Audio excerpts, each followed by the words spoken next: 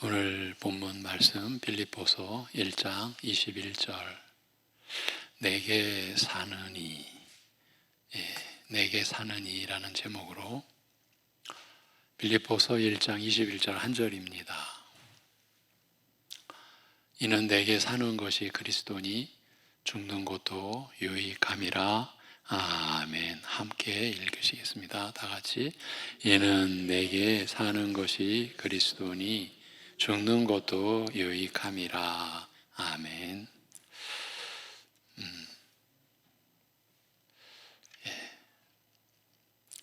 좀 짐작이 되시는 분도 있을 듯한데, 주일 본문과 고난주간 새벽 말씀과 연계된 내용을 이어보고자 오늘 본문을 택했습니다. 이 본문 앞에 19절, 20절에서 사도는 그가 땅에서 어떤 일을 당하든지 자기 인생이 참으로 복되고 가치 있는 인생임을 알고 만족할 수 있는 이유를 밝혔습니다. 고난의 의미에 대한 바른 지식을 갖게 되었다는 것과 인생의 목적이 예수님을 영화롭게 하려는 것에 있다는 사실이었습니다. 그런 지식과 그런 신앙 고백을 갖고 있는 자였기 때문에 자기 인생이 어디로 흐르든 도중에 무슨 일을 당하든 자기는 기뻐하는 삶, 곧 마지막 날에도 만족하여 후회하지 않는 인생을 살고 있음을 확신할 수 있다.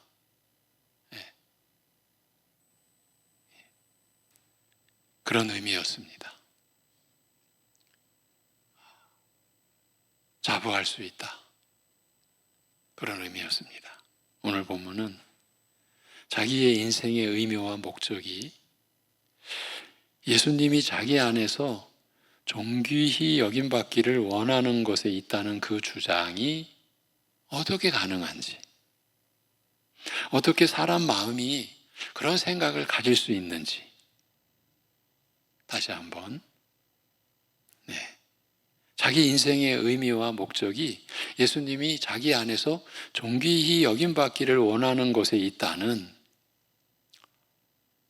그런 가치관이, 그런 인생관이 어떻게 가능한지, 어떻게 사람 마음이 그런 생각을 가질 수 있는지 그 이유를 설명하는 부분입니다. 우리가 읽은 대로 이 짧은 구절로 기독교의 근본 진리를 다루고 있다, 이렇게까지 말씀드릴 수 있는 구절입니다. 왜냐하면 내게 사는 것이 그리스도니 죽는 것도 유익하기 때문이다.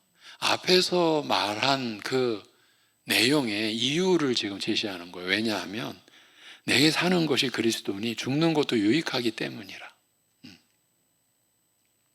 사도는 자기가 그와 같이 고백할 수 있는 것이, 그러니까 예수님이 자기 안에서 존귀히 여김받기를 원하는 것, 나는 여기에 내 인생의 의미와 목적이 있다, 이렇게 고백할 수 있는 것이 다름 아닌 자기에게 사는 것이 그리스도이시기 때문이라고 말하는 겁니다.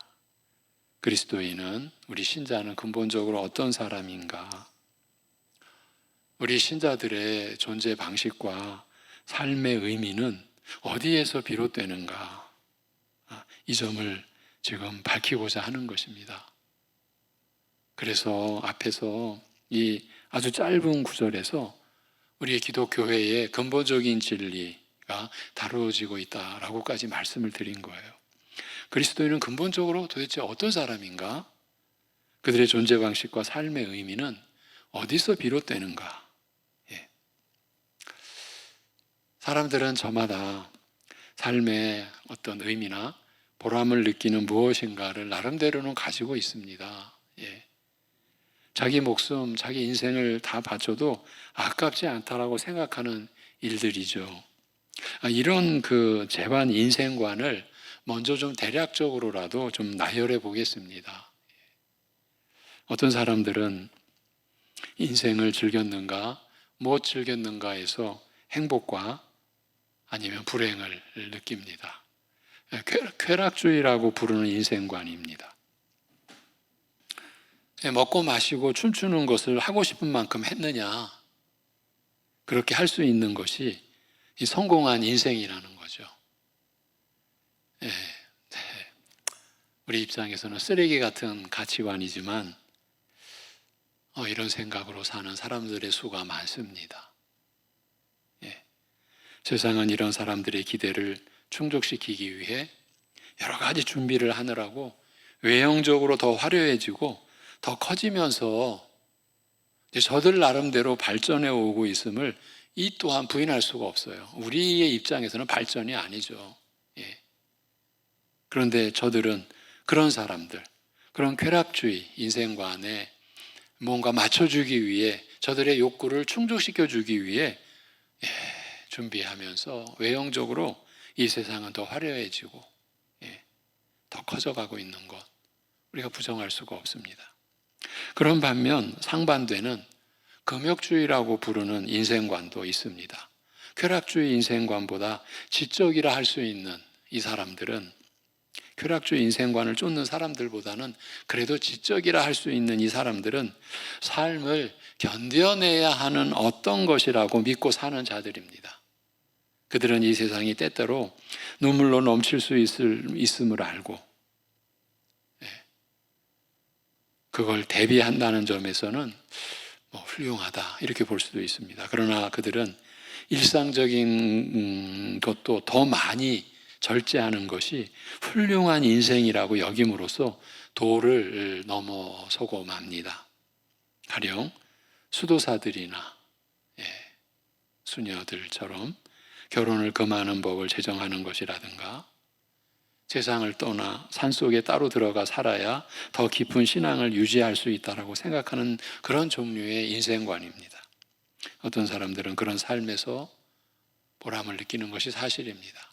금욕주의의 인생관. 그 외에도 오늘날과 같은 때에 더 확산되고 있는 냉소주의 인생관도 있습니다. 어떤 것에서도 꿈과 소망을 부인하는 겁니다. 모든 것이 무의미하다라는 관념입니다. 모든 것을 허무하게 끝날 것으로만 여깁니다. 삶을 어떻게 살아야 한다? 무엇이 목적이다? 뭘 해야 만족과 행복을 누린다? 이런 기대가 사라진 사람들을 말합니다. 그냥 사는 겁니다. 아무 목적도 방향도 없이, 그리고 세상과 사람에 대해 아무 애정과, 그러니까 애써 수고하려는 것 없이 그냥 먹고 사는 것이 전부인 사람들의 인생관이다, 그렇게 볼 수 있습니다. 냉소주의, 허무주의. 그리고 기독교인들과 관련이 있는 인생관도 우리가 좀 주목해 볼 대목이 있습니다. 신비주의 인생관, 이렇게 묘사될 수 있는 그런 무리들이 있습니다. 신비주의 인생관. 이들은 육체와 평범한 일상을 무시하는 그런 관념에 사로잡혀 있습니다. 전형적인 신비주의자의 견해는 삶과 그에 따르는 모든 불행은 궁극적으로 육체로 인한 것이라고 믿는 데 있습니다. 구원은 육체를 벗어나서 그것과 동일시되지 않는 데서 발견된다라는 것입니다. 또한 평범한 일상에 대해서 그렇게 높이 평가하지 않습니다. 늘 이적과 놀라운 일이 일어나야 한다라고 생각합니다. 결과적으로 신비주의자는 육체를 극복하기 위해서 애쓰는데 자신의 시간을 허비하고 신기한 일이 일어나기를 바라고 쫓아다니느라 결국 하나님이 주신 우리의 평범한 일상생활을 오래도록 방치하거나 이제 무가치하게 여기는 아주 잘못된 실수를 범합니다. 우리 이제 교회 안에서 그 뜻모를 말, 그걸 이제 방언이라고 하죠. 방언이라도 한 번 하면 그거 붙들고 수십 년을 울고 먹는 사람이 있습니다. 내 인생은 그런 일이 있었기 때문에 보람되다라는 것입니다. 그 은사라는 게 자기를 얼마나 교만하게 만들었는지 꿈도 못 꾸는 거예요. 예. 별로 중요한 대목은 아닙니다. 어쨌든 이런 사람들은 그저 자기네들이 뜻모를 말 하는 거, 그 방언 못하는 사람들을 아주 교묘하게 멸시합니다. 한 교회 안에서도요. 예, 우리가 수십 년 겪었던 거고요. 예, 여러분보다 저는 더 겪었었고요. 예, 다 신비주의자들의 한 부류에 속하는 거죠. 그러나 하나님은 사람들이 육체 안에서 평범한 일상 가운데서도 가장 복되고 만족스러운 인생들이 될 길을 예비해 놓으셨어요. 복된 인생, 후회하지 않는 인생은 신비한 일 경험하는 데서 이루어지지 않습니다. 이미 그 자체가 하나님의 섭리를 벗어난, 자기들 스스로가 무슨 하나님의 영역에 자기들만이 뭔가 누릴 수 있는 특권을 가졌다라고 하는, 그런데 그 의식을 못합니다. 그 안에서는 전혀 절대 못합니다. 참 불쌍한 거죠. 주님 안에서의 후회하지 않는 인생은 그런 신비한 일 경험하는 데서 이루어지지 않습니다. 그런 것 있어도 그만, 없어도 그만인 것들입니다. 그런데 아쉽게도 신비주의를 표방하는 자들도 많이 있습니다. 한 가지 더 주의해서 봐야 하는 인생관이 있습니다. 나는 이런 인생이라서 만족한다는 가치관을 말합니다. 그건 종교주의라고 이름 붙일 수 있는 가치관입니다. 종교적인 사람이 되고 종교적인 의무를 수행하는 것 자체에서 만족하는 생각들을 말합니다. 그저 설교하고 듣고 전도하고 기도하고 예배 나오고 봉사하고 교회 일에 열심인 그 자체로 만족하는 것이에요. 물론 모든 신자들은 그런 외적인 모습이 반드시 있기 마련입니다. 그러나 신자의 삶이 그런 것을 방편으로 해서 이루어지는 것이 분명하지만 그 자체가 인생의 의미와 보람을 가져다 줄 수는 없습니다. 그 중에는 그런 활동을 하지 않으면 그의 손에 아무것도 남지 않게 되는 이들이 분명히 있습니다. 참된 인생은 일부 종교적인 행위를 통해서 자기가 이제 완성되어져 가는 것이라 할 수 있는데, 그러나 아무리 신자들에게 종교적인 활동이 필수적이라고 하지만 그 종교 행위 자체가 목적이 아닙니다. 우리 성도님들 가운데 자기 형제, 자기 가족 중에서 그렇게 교회적인 어떤 봉사 섬김에 너무 빠져 있어서 이제 이렇게 대화하고 어떻게든, 그런데 그 성도님, 이게 오래전 일입니다. 한 10년 전 일인데 그 성도님은 무척 노력을 하셨습니다. 너무나 안타까우니까. 그러니까 신자로서의 주님을 닮아가는 변화 없이, 그래서 외적인 활동, 교회 일이라면 다 다니시고 너무 열심인 거예요. 그런데 우리 성도님이 이제 그분보다 손 아래, 그러니까 동생의 위치예요. 동생의 위치에서 볼 때 안타까운 건데, 결론은 목사님 말이 안 통합니다.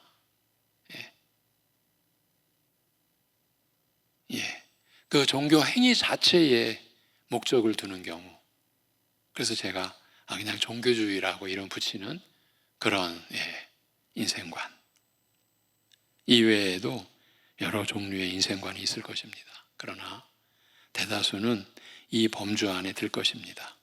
이것이 있음으로 나는 행복하다, 만족스러운 인생이라고 말하면서 그걸 붙들고 사는 것입니다. 그런데 바울 사도는 오늘 본문에서 지금 이 본문을 기록하는 것이 우리가 다 알고 있듯이 빌립보서가 옥중서신, 에베소서와 골로새서와 같이 옥중서신이라고 우리가 알고 있죠. 그런 험악한 환경에서 기록한 이 오늘 본문에서 우리 모든 신자, 모든 그리스도인들이 자신들의 인생을 만족하게 여기고 후회하지 않을 이유를 어디에서 찾아야 하는지를 보여주고 있습니다. 실제로 모든 그리스도인들이 다 가지고 있지만 많은 분들이 자기가 갖고 있는지도 모르고 있는 그런 사실을 지금 밝혀주고 있는 거예요. 지금 자기들에게 일어난 일이에요. 그래서 자기들이 소유하고 있어요. 그런데 많은 교인들이, 많은 신자들이 자기가 갖고 있는지도 모르고 있는 그런 사실을 지금 말하고자 하는 거예요. 사도는 내게 사는 것이 그리스도라고 합니다. 자기 생명의 본질은, 그러니까 내게 사는 것이 그리스도라는 것은 자기 생명의 본질은 예수 그리스도의 생명과 다르지 않다. 한 생명이다. 한 생명이 되었다라는 고백입니다. 자기는 그 사실에서 그 사실에서 사는 보람을 갖는다는 것입니다. 이 말씀은 가장 근본적인 의미에서 그리스도인의 존재의 의미를, 존재의 가치를 밝혀준 구절입니다.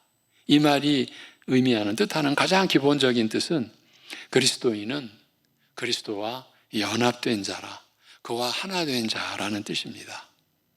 예. 이제 내가 사는 것이 아니요, 내 안에 그분이 사는 것이다.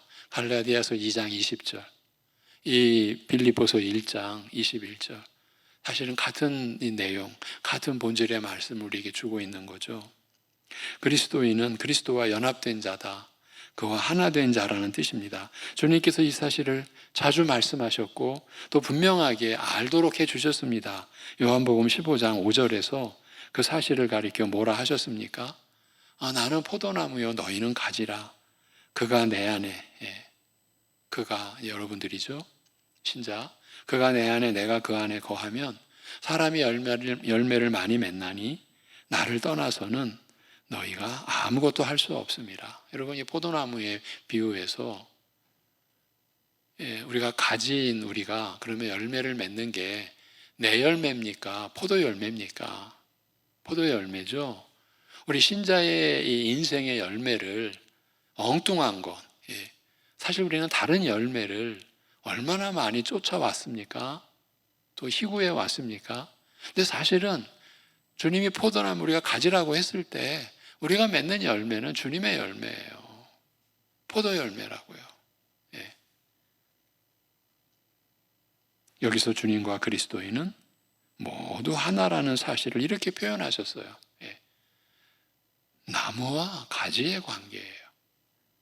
그 사실을 모든 그리스도인이 알고 누리는 것이 주님의 대제사장적인 간절한 기도 제목이었어요. 요한복음 17장, 주님의 대제사장적 직분으로 드리는 기도, 17장 전체가 기도문이잖아요. 거기 21절은 이렇게 말합니다. 이제 아들이신 예수님께서 아버지를 향하여 기도하시잖아요. 아버지요, 아버지께서 내 안에, 내가 아버지 안에 있는 것 같이 그들도 다 하나가 되어 우리 안에 있게 하사, 아버지와 아들 안에 있게 하사, 이런 것 뜻 아닙니까?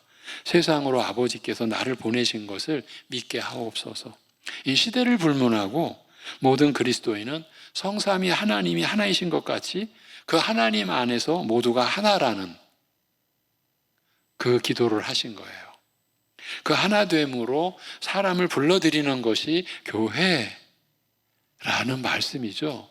그 하나됨으로 성부, 성자, 성령 하나님이 하나이신 것 같이 그 하나님 안에서 모두가 하나됨, 그 하나됨으로 사람을 불러들이는 것이 곧이 교회라는 말이에요.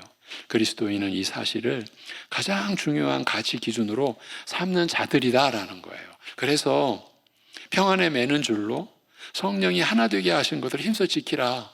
에베소서에서 바울이 성령이 하나 되게 하는 힘써 지켜라. 힘써 지켜서 교회를 하나 되게 하라라는 말씀이 아니죠.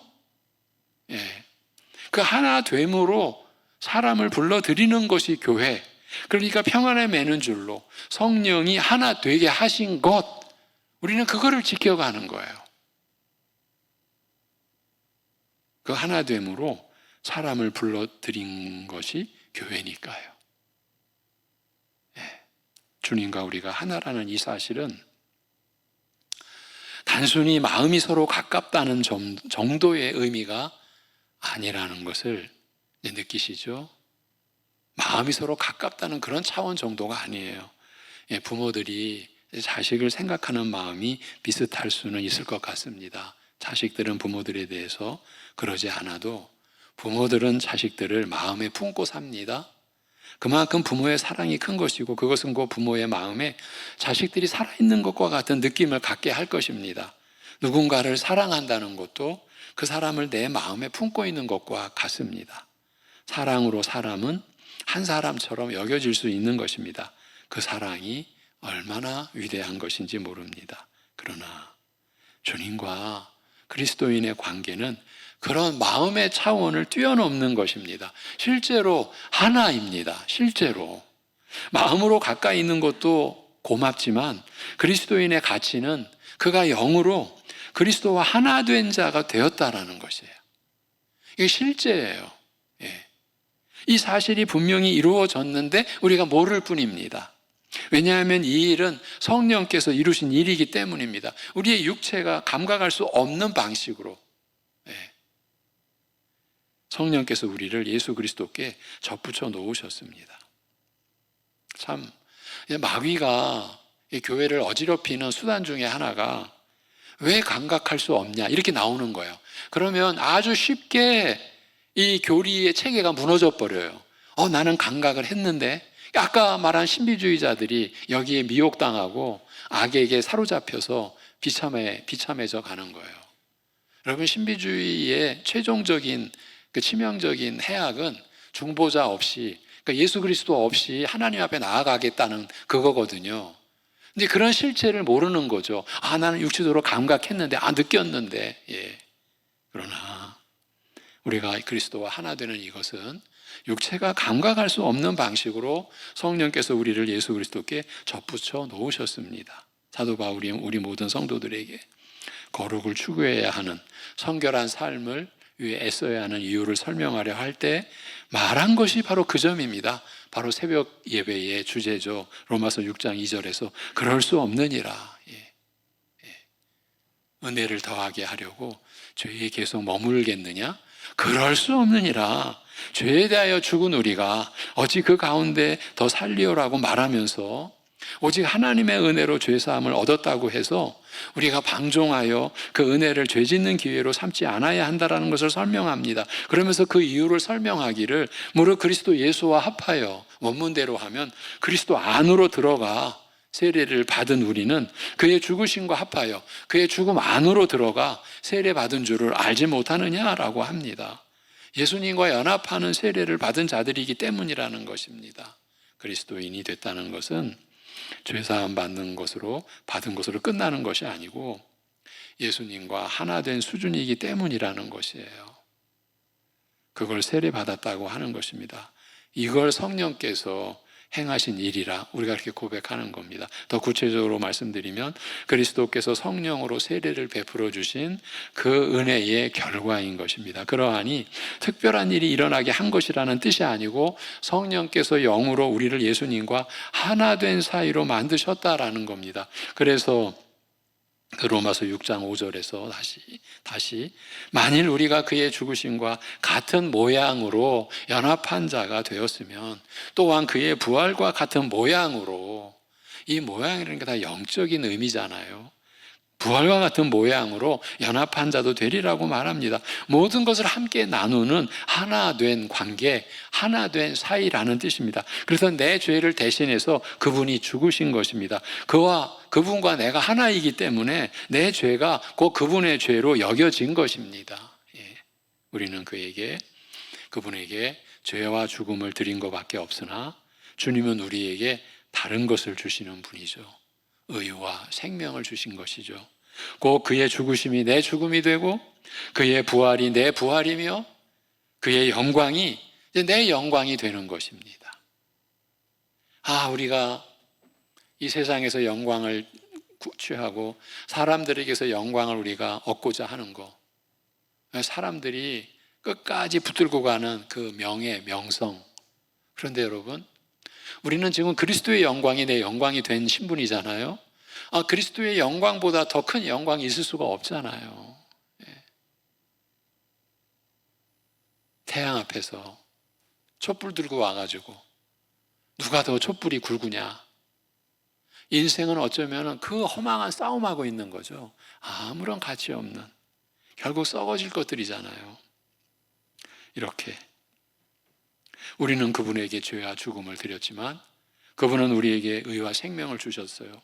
서로 다른 것을 줬지만 그런데 우리는 하나예요. 그분과 우리는. 그분은 포도나무에 우리는 가지예요. 육체적으로는 떨어져 있지만 우리는 그리스도와 영으로 하나입니다. 그와 내가 다르지 않습니다. 서로 가까운 두 사람이 아닙니다. 영으로 하나 된 두 사람입니다. 둘이 하나고 하나가 둘이고, 주님과 우리가 구별이 없습니다. 성령께서 공식적으로 인정한 연합체입니다. 느끼지 못해도 하나입니다. 다만 이 사실은 믿음으로 느끼고 성경 말씀을 통해서 확신하게 되어 있습니다. 바울은 언제 죽을지 모르는 감옥에서도 그 사실을 확신하고 느끼는 차원을 넘어서 이렇게 자신의 신앙 고백을 만민에게 전하는, 지금 감옥 속에서 갇힌, 자기의 육신은 갇혀 있는데 그의 자유로운 영은 이렇게 자신의 확신을 전하고 있는 겁니다. 바울은 거기서 인생의 의미와 가치를 발견한 것입니다. 쓰레기 같고 세상에서 배설물처럼 취급당하고 아무 성취도 이루지 못한 실패자처럼 감옥에서 인생을 하직한다고 해도 자기 인생을 만족스러워하고 후회하지 않는 인생이었다고 이렇게 자부할 수 있는 이유를 거기서 찾고 있습니다. 그분이 주신 무엇을 가졌느냐, 무엇을 누리느냐, 얼마나 받았느냐가 아니라 그분과 내가 하나라는 사실 자체를, 이 자체를 기뻐하고 향유하고 있는 것이에요. 그거를 보여준 거예요. 그분과 내가 하나라는데 무엇이 부럽겠느냐, 어떤 환경이 부럽겠느냐, 그 얘기를 하는 거죠. 그분과 내가 하나인데 무엇이 부럽겠느냐, 어떤 환경이 부러울 수 있겠느냐. 하나님의 아들 예수 그리스도께서 나와 하나가 되셨는데 감옥인들 문제랴, 궁전인들 이슬이요. 내 육체는 쇠폐해도 내 목숨은 촛불 같아도 그리스도 안에서 그의 영원하심 같이 나도 그 영원하심에 하나 된, 나도 영원할 터인데 무엇이 문제냐는 것이에요.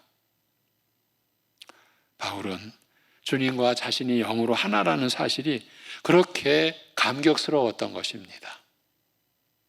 자기에게는 그보다 더 귀한 선물이 없었다는 거예요.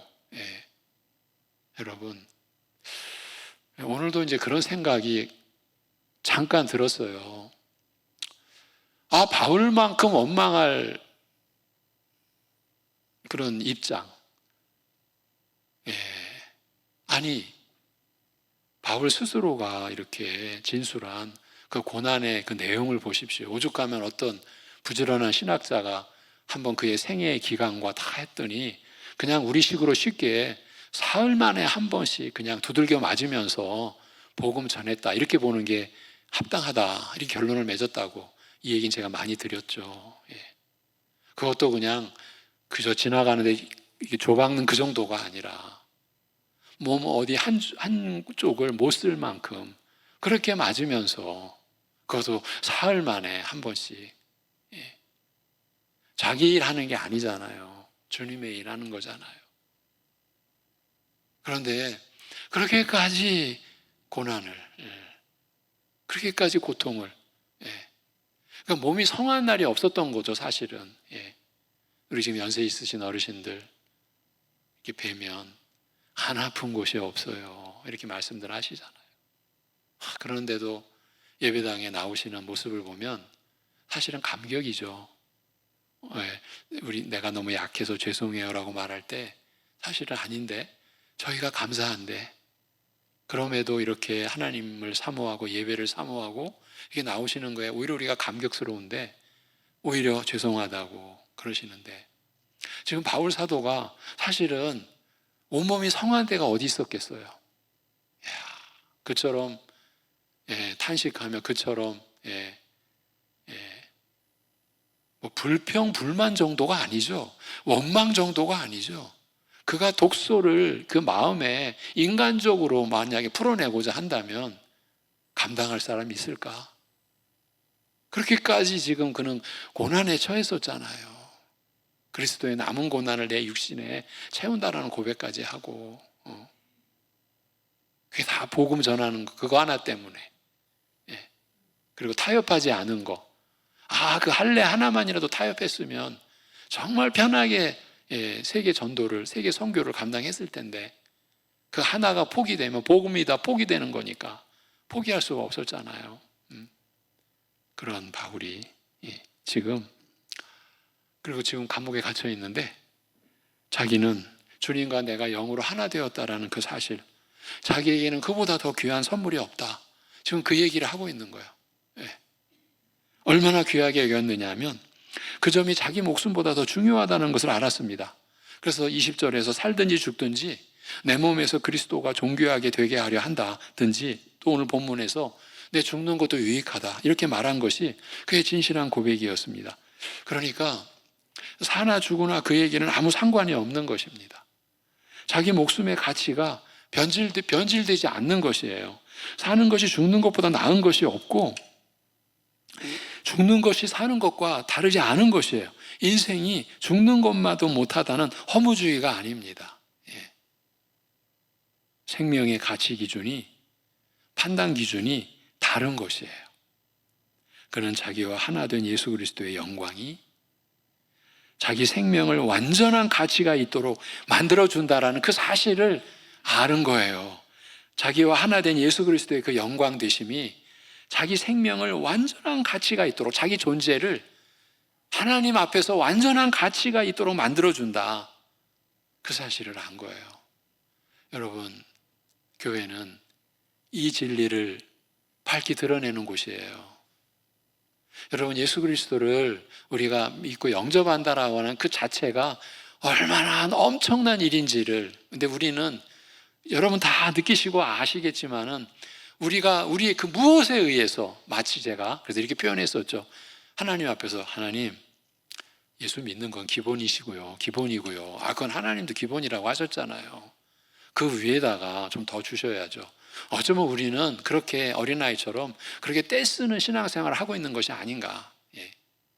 근데 그 얘기가 어린아이와 같이 제가 비유로 얘기해서 그냥 덮고 갈 문제가 아니라, 우리가 예수를 믿게 된 그 엄청난, 말로 다 할 수 없는 가치를 우리가 뭉개버렸다라고 하는 거, 그 죄책을 어떻게 우리가 감당할 수 있을까? 지금 우리가 그런 얘기를 하고 있는 거예요. 이런 사실에 대해 바울만큼 지식과 감격을 갖고 사는 이가 얼마나 될지 모르겠습니다. 물론 이런 일은 우리의 감각으로 느껴지는 일이 아니기 때문에 실제로 바울과 같은 그런 감격을 기대하기가 어려울지는 모르겠습니다. 그러나 주님은 분명히 말씀하시기를, 예수님께서 부활하신 후에 나를 보지 못하고 믿는 자는 복이 있다고 하셨습니다. 믿음은 이 사실을 우리에게 현실이 되게 한다라는 것이에요. 주님의 말씀을 통해 성령께서 역사하실 때 우리는 예수 그리스도를 친히 본 것만큼이나 큰 확신과 진실을 얻을 수 있습니다. 주님의 영광을 실제로 목도했던 바울이 마음으로 갖게 된 그 확신에 조금도 모자라지 않는 큰 확신과 기쁨을 우리는 성령께서 말씀을 통해 역사하실 때 받을 수 있습니다. 성경을 우리에게 주신 주님의 목적도 그것입니다. 적어도 이 빌립보서의 목적은 그것입니다. 내 죄를 대속하시기 위해 이 땅에 육신으로 오사 십자가에 못 박혀 죽으시고 부활하신 예수 그리스도와 내가 성령으로 하나가 되었다는 사실이 내 인생에 얼마나 가치 있는 진실로 여겨지는가. 그리스도인은 인생의 근본을 다른 데서 찾는 자들이 아니고 바로 이와 같은 사실에서 찾는 자들이며, 이 사실을 능가할 다른 일이 없다는 것입니다.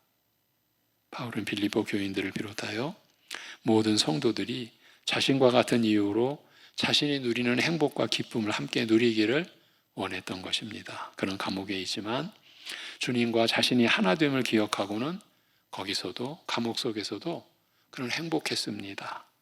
그는 어떤 형편에서든지 만족하기를, 자족하기를 주님 안에서, 성령의 인도하심 안에서 그런 깨닫고 배웠던 것이에요.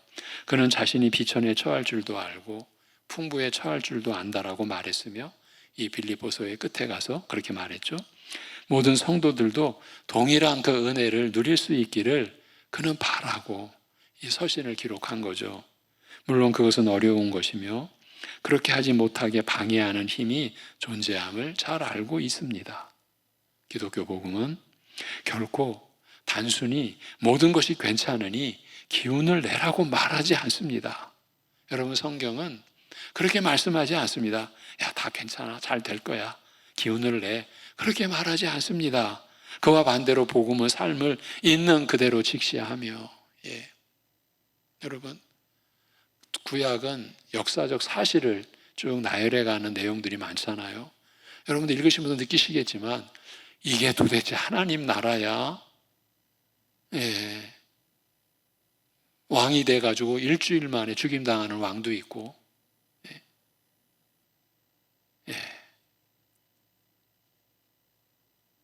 이게 그런 내용을 볼 때 인간의 그 죄성이라고 하는 거는, 그런데 그런 우리의 현실을 그대로 성경은 밝혀주는 거예요. 복음은 삶을 있는 그대로 직시하며 그런 가운데서, 그런 후에도 어려움을 극복하고 풍성한 믿음의 결과를 누릴 수 있다는 것을 보여주는 것이에요. 그것을 위해 사도는 지금 기도하며 이 서신을 보내고 있는 것입니다. 우리는 근본적으로 내가 그리스도와 연합된 그런 존재, 그렇게 연합된 생명체라는 사실에서 만족을 갖고 출발하는 자들이라, 다른 무엇이 이 관계를 허물 수 없고 어떤 것도 이 관계처럼 복된 것이 없으며 모든 생명의 가치는 여기 이 사실에서 시작해야 되고 완성되어야 한다라는 것이에요. 그럴 때 비로소 우리는 쾌락주의니 금욕주의니 세속주의니 신비주의니 종교주의니 하는 것들이 얼마나 참으로 부족한 인생관인지를 깨닫고 지극히 평범한 듯 보이는 일상에서 주님의 뜻을 따라 의와 거룩을 이루며 사는 것이, 이것이 얼마나 복된 인생관인지, 바로 그러한 평범함 속에서 그리스도께서 나를 통해, 나 같은 것을 통해 존귀하게 되어지는 것, 사실은 이것이 바로 주님이 가르쳐 주신 기도시잖아요. 하늘에 계신 우리 아버지여, 그의 이름이 거룩히 여김 받기를. 이것이 나를 통해서 하나님이 영광되게 되시기를, 영광 받으시기를, 나를 통해 그리스도께서 존귀하게 되시기를. 그렇죠. 그런데 그 자리가 평범한 자리인 거라고요. 지극히 평범한 듯 보이는 일상에서 주님을 따라 의와 거룩을 이루며 사는 것이 얼마나 복된 인생관인지를 알게 되는 것입니다. 나는 다른 자리를 찾아가서 변화된 삶을 보여야지, 그런 일은 없습니다. 하나님, 내가 이 환경만 좀 바꿔주시면 멋들어지게 한번 신앙생활 해보겠습니다. 그건 거짓입니다. 그 기도 자체가 하나님을 지금 배제하는 거예요. 그 자기 욕심인 거죠. 그런 복된 인생관,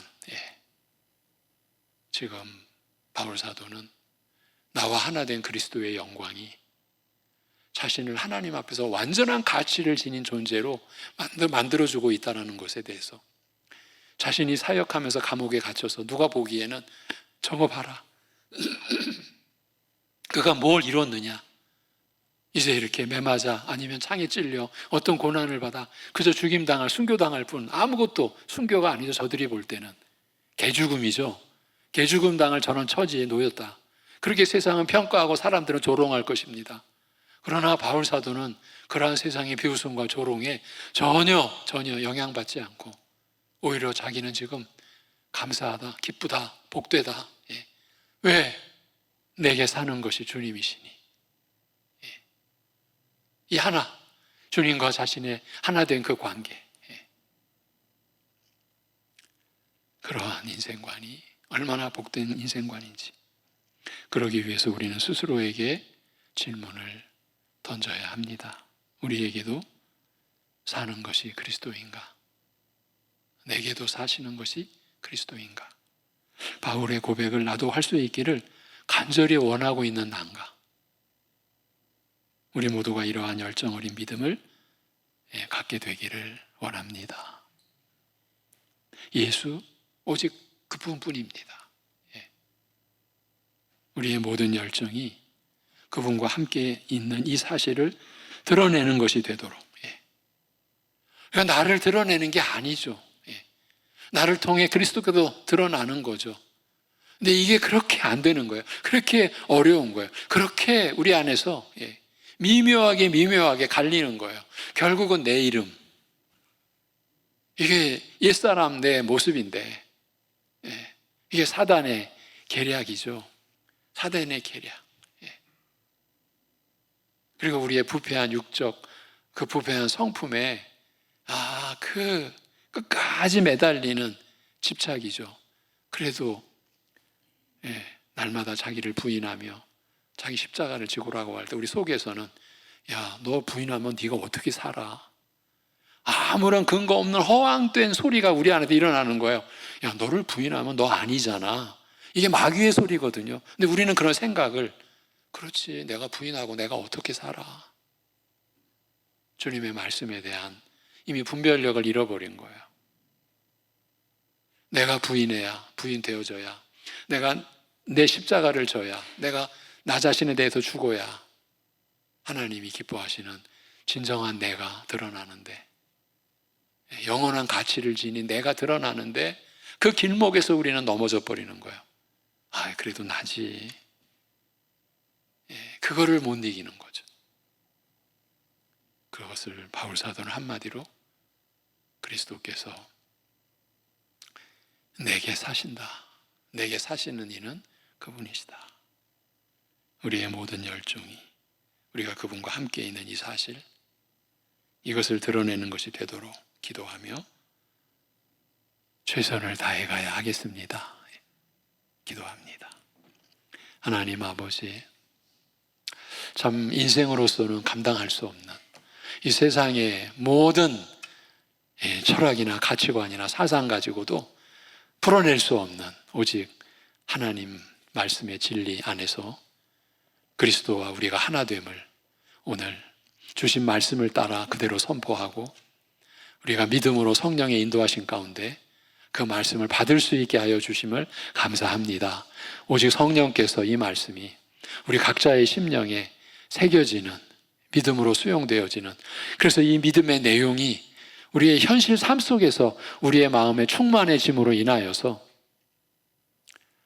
나를 드러내는 삶이 아니라 내 안에 그리스도를 드러내는 삶을 위하여 우리가 최선을 다할 수 있는 자리에까지 나아가는 그러한 열정과 열심이 우리 안에 일어나는, 그런데 그 자리가 바로 무슨 특별한 자리가 아니라, 무슨 특권을 누리는 그런 자리가 아니라 우리의 평범한 일상 속에서 누구도, 어쩌면 가장 가까이 있는 사람들도 알아주지 못할, 눈치채지 못할 그런 평범한 일상 속에서 이루어질 수 있는 이 신비한 이 복음의 영광의 이 진리됨이 우리 모두에게 익혀지게 되고 익숙해지게 되고 깨달아지게 되고 더 깊이 알아가게 되고, 그래서 우리의 삶이 어떠한 처지에 있든지 우리가 지금 받은 것, 우리가 소유하고 있는 것, 행한 것으로가 아니라 내가 그리스도와 하나됨으로 인하여 근원적으로 원천적으로